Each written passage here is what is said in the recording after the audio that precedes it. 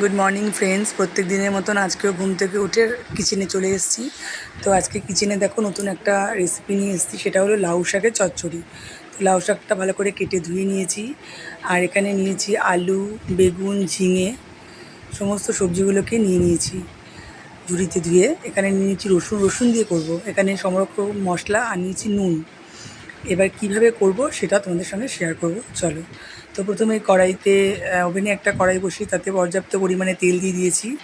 দিয়ে 4-5টা কাঁচা লঙ্কা আর কালো জিরে ফোড়ন দিয়ে দেবো। খুব সিম্পলভাবে রান্না করব এটা। কে কীভাবে করো আমি জানি না, তবে আমরা এটা রসুন দিয়ে করব।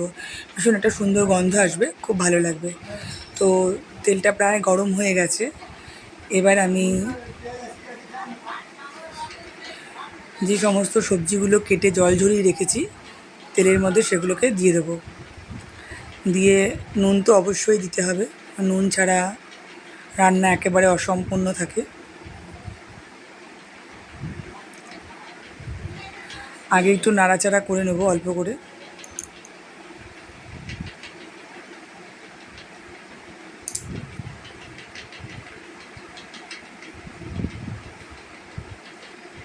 তো দেখো নাড়াচাড়া করে আমি নুন দিয়ে নিলাম পরিমাণ মতন।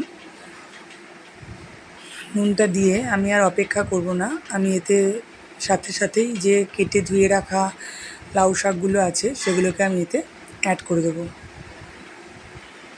কারণ তাহলে শাকটাও এর সাথে নরম হয়ে যাবে।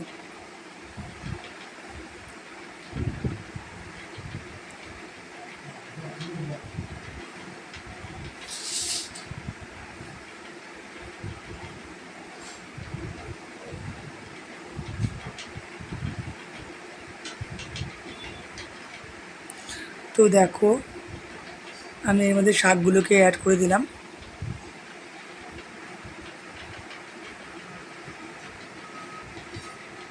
শাকটাকে হতে হতে শাকটা কতটা কমে গেছে দেখো। যখন আমি দিলাম তখন প্রায় 1 কড়াই মতন হয়ে গেল।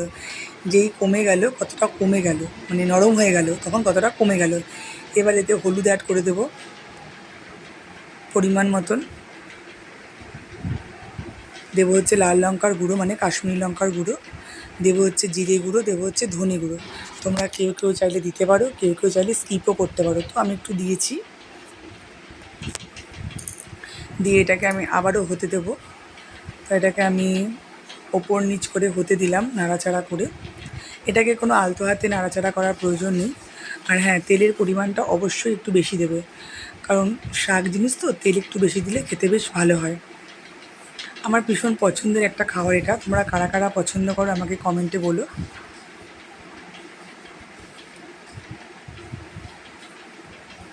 তো আমার লাউ শাকের চচ্চড়িটা প্রায় হয়ে এসছে। এবার আমি রসুনটাকে গ্রেট করে রেখেছিলাম, রসুনটাকে আমি উপর দিয়ে ছড়িয়ে দেবো।